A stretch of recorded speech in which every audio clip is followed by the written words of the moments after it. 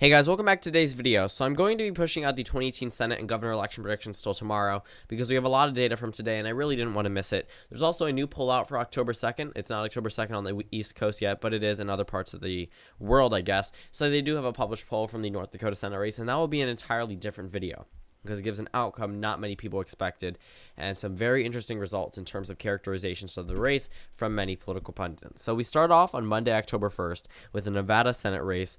Very important numbers here. These are going to be very, very crucial to the Democrats if they want to actually have a chance at winning back the Senate. And with that new October 2nd poll, it doesn't seem too likely. At this point in time, Nevada seems like it would be a state that would go to Jackie Rosen, especially with all polling data pretty much backing up that conclusion. It's a Clinton state from 2016, minority population, Democratic wave year. Everything should be right for Jackie Rosen, but it also comes down to being a close race. We see a closer race in the state of New Jersey, which shows Bob Menendez ahead by 2%, but Nevada also could be very close. So Nevada for right now, I'm comfortable enough putting that one in the leaning Democratic column. This is not going to be an entire prediction. This is just the characterizations from 270 to win, not my own. It's just going to be based off polling data at this point, but based off that poll, it would still put the state of Nevada in the leaning Democratic column. So first of all, Nevada, what are the implications from Nevada? First of all, unpopularity of an incumbent. Donald Trump is not too popular in Nevada, nor is he in Colorado or New Mexico or in any of those few Rust Belt states that he won in 2016. Not in Michigan, not in Pennsylvania, and not in the state of Wisconsin. You look over to Iowa and Ohio, not so much there either. The only places where he's truly approved of in Florida, Georgia, North Carolina, not Arizona. It actually levels off to 0-0. So when it comes down to it, when we look at the unpopularity of incumbents, that definitely does hurt them in these elections because Dean Heller is one of the more unpopular GOP senators compared to the popularity of other senators nationwide. So for right now, the Nevada Senate race in the leaning Democratic column, according to this new poll from CNN. But the New Jersey Senate race, now characterized as a toss-up from Real Clear Politics. Based off this poll, Bob Menendez leads by 2%. Bob Hugin has 43% of the vote. Very interesting. We are in a Democratic wave year. So let's say in a hypothetical scenario, the Democrats are able to hold on all of these open races. They're able to win in the state of Florida, able to win in Indiana, whatever. They're able to hold on here. But let's say New Jersey's an upset. Democratic wave year in every other one of those contested states, but then New Jersey goes red, even by the narrowest margin, puts the Republicans back in the majority. Now, the only way the Democrats could avoid something like that, of course, winning in New Jersey. But if they can't win in New Jersey, they go ahead and turn to states like Tennessee, possibly Texas, maybe the Mississippi special election. And even then, puts the Democrats at 53-47. Only two more than what the GOP currently has, whereas the GOP definitely has a number of pickups that are possible, holding on to Texas, holding on to Mississippi, picking up Florida, holding on to Tennessee, holding on to Arizona, holding on to Nevada, picking up North Dakota, picking up Montana, picking up Missouri, picking up Indiana, picking up West Virginia, Ohio, Michigan, Wisconsin, and Pennsylvania. So I've characterized all the states that Donald Trump won in 2016 in the Republican column and then added the GOP incumbents, and you can see pretty much how lopsided this map truly can become, because the Democrats can have at most a 58 to 42 seat majority. The Republicans can have, I believe, let's actually find out right now if we just characterize this entire map, which is going to look a little bit weird if it ends up popping on the thumbnail, but whatever. Right now, if we just look at all the races, I mean, we can't characterize California, but even if it was, it'd be 77 Republicans to 23 Democrats. So when we look at the map now, it doesn't look a little bit off, but we look at the state of, let's put Utah back in the safe GOP column. Look at the state of New Jersey. That one definitely could be moved into the leaning Democratic column. As for the Missouri and Nevada, the Missouri Senate race, Claire McCaskill leads by 3%. The first non-insider poll in favor of a certain political party taken shows McCaskill ahead, so I would trust those results, even if they are from CNN.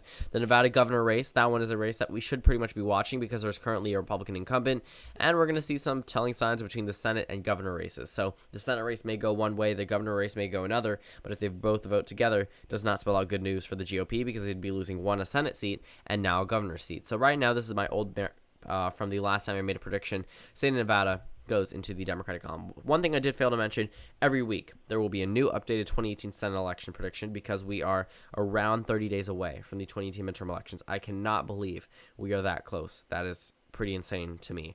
But pretty much the Senate poll is very good news for the Democrats, except for New Jersey, but still a win is a win.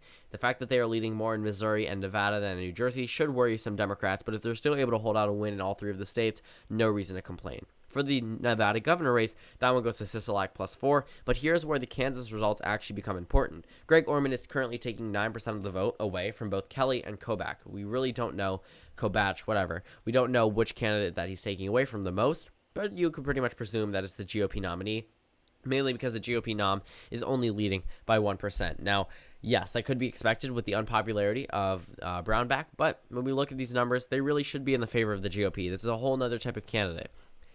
The old governor went on to the Trump administration.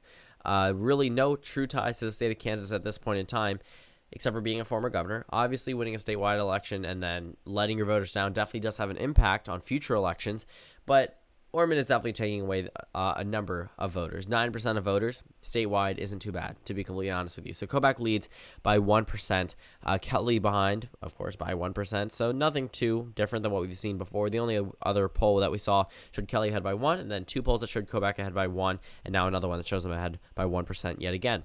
So that covers our governor races and our Senate races. Again, all good news for Democrats because Kansas is close. Nevada's blue. Nevada's blue in the Senate. New Jersey's blue in the Senate. Missouri's blue in the Senate. But we do have a poll from, I guess you could say tomorrow, but we will cover that in a separate video because it does have a lot to say about this race in 2018. The Kansas 2nd Congressional District. This is a race that some people are actually focusing on, but Davis leading by 4%. Keep in mind, Kansas has all Republican incumbents in all of their races. The only one that they truly believe they have a shot in is in the 3rd District, maybe the 4th because of the 2017 special election. The 2nd District hasn't even really been talked about. Okay, now that we've seen it with a Democrat leading by 4%, we can actually click on this race and see where it's characterized. It's characterized as a toss-up. But very interesting from the Kansas 2nd race. So it was a contested race back in 2014, but most people are focusing on the the Kansas 3rd district, mainly because, this race went by 18% to the last Republican incumbent back in 2014. Yes, the races were different, but it wasn't as contested back in 2016 enough to actually make a clear indication as to why that would be moved. But this is currently a toss-up race. Democrat leading by 4% definitely shows pretty good numbers. In Kansas's 3rd district, the Democrat is also leading by a pretty good amount, which is weird because we see Davis and then Davids in 2 Kansas districts running for the congressional race. But it's always interesting seeing similar results from different districts, both taken by Emerson. Davids leads by 6% in the 3rd district, which isn't too unexpected. We've been seeing consistent polling from that district, even from the New York Times, which definitely does say a lot considering they published a lot of their data publicly. In the Iowa 3rd District, we currently have a race between Young and then Axe. I do not know how to pronounce that, but the Democrat leads by 1%. This is another New York Times poll, pretty trustable source, shows you exactly where they're getting their data from, exactly where they're calling, where they're not getting answers, where they're getting answers, whether they're voting for the GOP, undecided, or the Democrats. But right now, the Democrat leads by 1%. So if we look at the 3rd district, it's a race that the Democrats do think they have a shot in. Emerson showed Young leading by 16%. Now the New York Times shows the Democrat leading by 1%. Emerson typically undervalues a number of candidates by showing them in the 30% marks. With a month left in the 2018 midterm elections, there is no way there are that many undecided voters. Typically, it just could be lack of people answering or undecided voters being overvalued. But we really, New York Times, I would probably trust a little bit more than Emerson. But Emerson showing that a Republican ahead by 16% said something back then. The Democrat is now ahead by 1%. So I guess you could say there was a swing of 17%, or this race may not have been as large for the GOP as was previously expected. So the 3rd district is not the 1st district. If we actually look at Iowa's 1st district, that is a race that is also going to be contested. The New York Times shows the Democrat by 15%. I don't think it'll be a 15% win, but it definitely will be closer than people expect, but also in the favor of the Democrats. Just very interesting seeing results from there. We can move over to the President Trump job approval rating. Harvard Harris, Gallup, and Rasmussen. Obviously, Rasmussen the most lenient of the president of the two. Gallup probably the most critical, then Harvard Harris somewhere in between. But at this point, they pretty much agree with Gallup, which could say something about Gallup's polling, or just Rasmussen may be correct and everything else may be wrong.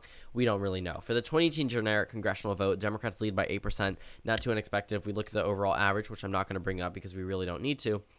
The Democrats lead by a considerable amount. What is interesting, though, is that the Republicans have never led in a single poll taken for the generic congressional vote, whereas the Democrats began by leading in 2010, and then 2014 they led as well, but the Republicans were never at a point where they led. So that could be a little bit different in terms of history, and the only thing that's really different from those past anti-Obama wave years is the economy, which definitely does make an impact on a number of these voters, especially since the Democrats are now riding on Rust Belt voters, on turned Trump now Democratic voters in states like Florida, or states like Wisconsin, Michigan, Pennsylvania, Arizona, Nevada, whatever race it may be, Democrats are definitely trying to target those Republican voters that voted for Trump in 2016 but may be a little bit inclined to vote for the Democrats at this point in time. And then the direction of the country, Rasmussen and Harvard-Harris pretty much agree. So that pretty much wraps up today's polling analysis. So thank you guys for watching this video. Comment down suggestions below, and I'll see you all tomorrow.